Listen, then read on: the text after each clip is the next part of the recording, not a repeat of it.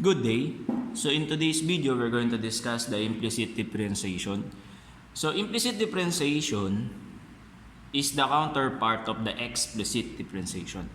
So all throughout, no? So mula dun sa beginning nitong playlist natin about derivatives, so ang ginagawa natin ay explicit. Okay? So explicit siya dahil tayo ay nag-derivative ng x. Okay? So, hinahanap natin yung derivative or yung change or the slope in terms of x. However, pagdating sa implicit, okay, so we're going to use the variable y. Okay, so gagamitin na rin natin pati yung variable y. Okay, so kasi sa explicit, we all know the relationship of f of x and y. Okay, so that is highly emphasized under the explicit. Okay, so sa implicit kasi, makikita natin, okay, so there are two variables in the expression. Okay, and then the goal lang naman natin here is to find the dy over dx. Or we're going to find the change in y over x. Okay, so we have 4 steps. Hindi naman siya masyado mahirap. 4 steps natin, multiply both sides by d over dx. Step number 2, find the derivative involved in each term. Okay, and then solve for dy over dx. Simplify and express the answer in dy over dx. So the tricky part here is the step 2. So find the derivative involved in each term. So bakit po? Kasi in each term, okay, so makaka-encounter tayo ng y variable. Okay, and under the implicit, okay, so dito na natin makikita na kapag y variable yung diniderivative natin, lalabas si dy over dx. Okay? So now, we will have 3 different examples. So x squared plus y squared equals 5. And then y cubed plus 4y squared plus 3x squared y plus 10 equals 0. Okay, and then x plus y cubed is equal to e to the x y 4. Okay, so dito naman sa mga given pala natin, makikita na natin na hindi ganun kadaling ma-explicit yan. Actually, mahirap, no? Pagka in-explicit natin siya, it will give us an answer na nonsense. Okay, so dapat talaga makita natin to ng dy over dx or implicitly. So now let's proceed with the first one. So sabi natin, step number 1 is to multiply both sides the power x equation by d over dx. So sulat natin si d over dx dito. So we have x squared y squared is equal to d over dx 5. Then alam natin na ang derivative ng 5 is 0 since na yan ay constant. And then here this is a sum rule. So lagyan natin si d over dx x squared plus d over dx of y squared. And then, we're going to simplify this further. Okay, so sabi natin, so this is our step 1.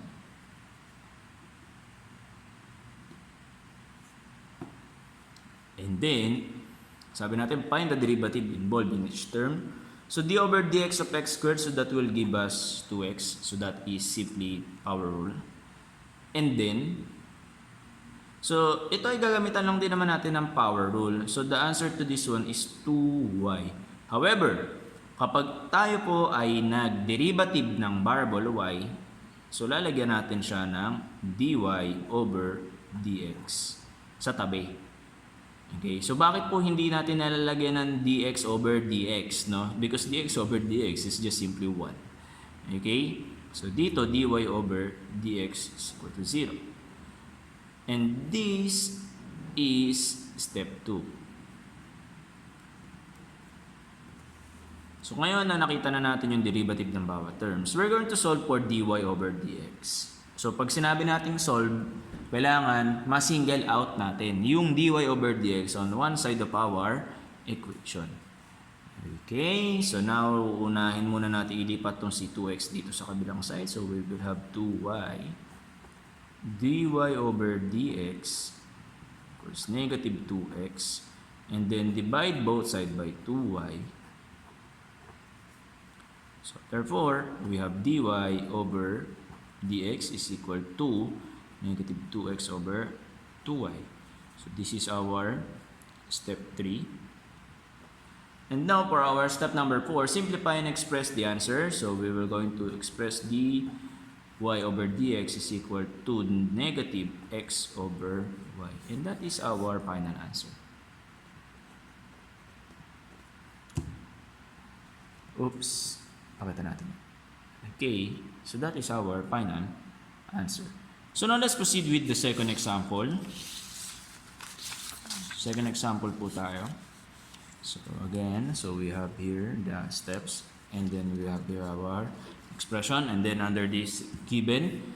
Okay, so the first thing that we're going to do is to multiply both sides by d over dx. Susulat natin yan. So y cubed plus 4y squared plus 3x squared y plus 10 is equal to 0 d over dx. And then we're going to find the derivative involved in each term. So d over dx of y cubed plus d over dx of 4y squared plus d over dx of 3x squared y plus d over dx of 10 is equal to 0. And then we're going to simplify. So this will become 3y squared. Sulat natin dito si dy over dx. So remember, kapag ang hinanapan natin ng derivative ay yung variable y, so nagkakaroon siya ng dy over dx doon sa gilid. Plus, ito, no? Ganun din. And another thing, no, applicable po lahat ng derivative rules kahit sa y. Ang pinagkaiba lang talaga nila, no, nagkakaroon ng dy over dx. So dito, magagamit natin yung 4 times 2, 8, tapos magiging y, then dy over dx. Plus, okay, so product rule tayo nito, no? So magpa-product rule po tayo dito. Ibig sabihin, lagyan natin siya ng box. So magiging 3x squared times the d over dx of y plus y times the d over dx of 3x squared plus the derivative of constant 0 is equal to 0. And then simplify pa natin to further. So copy lang yung ibang expression natin. So 3y squared dy over dx plus 8y dy over dx. Then we're going to simplify this one. So 3x squared. So ang derivative ng y degree 1 is dy over dx. So magiging 3x squared dy over dx plus y times the derivative of 3x squared. So that is y 6x is equal to 0. And then, dahil nakita na natin yung mga derivative involved in each term, so the next thing that we're going to do here is that we're going to solve for dy over dx. Pagsasama-samahin muna natin lahat na may dy over dx. Ito, wala naman tong dy eh. Okay, so pwede na natin yan ilipat dito. So, pagsama-samahin muna natin. Bakit po? Kasi ang purpose natin dito ma-isolate yung dy over dx. Kung pagsasama-samahin natin doon sa isang side, yung mga may dy over dx, pwede tayong gumamit ng common factoring. No? That's our goal, makapag-common factor para ma-isolate yung dy over dx. Ito, so lipat natin yan dito, negative y 6x. Kung gusto nyo siyang isulat ng 6x, y okay lang din. Wala namang problema. No? Then dito pwede na tayo mag dy over dx. So, pwede na tayong mag-common factor. So may 1 na yung 3y squared plus 8y plus 3x squared is equal to negative y 6x. And then we're going to divide everything by 3y squared plus 8y plus 3x squared. 3y squared plus 8y plus 3x squared. Okay, and then to write our final answer, okay, so that's dy over dx is equal to negative y 6x all over 3y squared plus 8y plus 3x squared. Okay, so this is our final answer on this given, no? And ito. Okay, so now let's proceed with the last example natin. So again, we're going to multiply d over dx both sides. X plus y cubed is equal to d over dx of that e to the x, y to the 4. And then, ito, sum rule lang naman to, no? So, d over dx of x plus d over dx ng y cube is equal to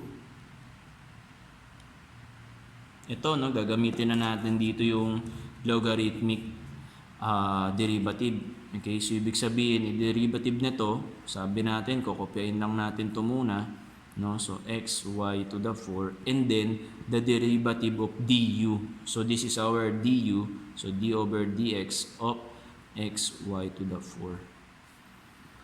And then simplify it further, so this will become d over dx of x, so that is 1 plus 3y squared dy over dx is equal to e to the xy 4 of, no? So product rule ulit tayo dito. So x of d over dx y to the 4 plus y to the 4 of d over dx x.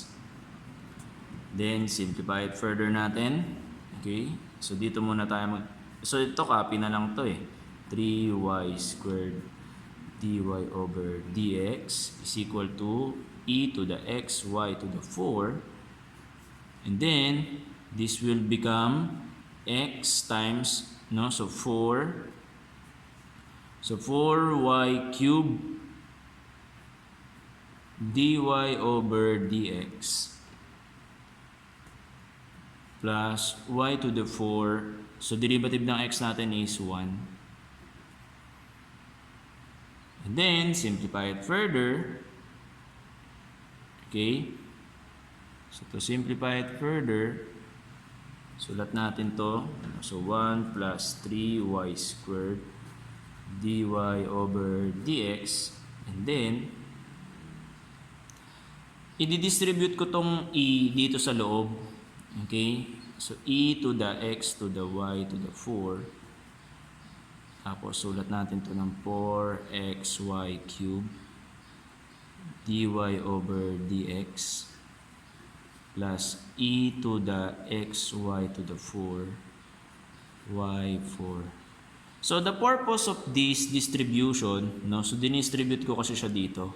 So ang purpose ko kasi ay para ma-manipulate natin ito at makuha natin at mapagtabi natin itong dalawang may dy over dx dito.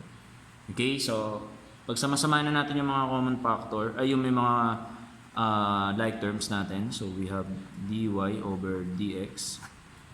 Then to lipat natin to, so e to the x, y to the 4. And then katabi niya yung 4xy cube natin. And then dy over dx is equal to, naiwan natin dito yung e to the x, y4. So y4 din sa baba. Minus 1. Okay, so galing yun dun. And then, common factoring dy over dx. So we have dy over dx of 3 y squared minus, naiwan na lang tong e to the xy 4 times 4xy cubed is equal to, copy na lang natin to, e to the xy 4 y4 minus 1. And then we're going to divide both sides by 3y squared minus e to the xy 4 is 4xy cubed. Dito din 3y squared minus e to the xy 4 4xy cubed. And then as our final answer, okay, so dy over dx is equal to e to the xy to the 4 y to the 4 minus 1 all over 3y squared minus e to the xy to the 4 times 4xy cubed. And that is our dy over dx of this expression. Okay, so hindi naman siya ganun kahirap. No? So ang kailangan lang natin hanapin lagi ay yung ating dy over dx. At huwag natin kakalimutan yung ating mga steps. Okay, so these were very useful steps para mahanap natin ang dy over dx. And that's all.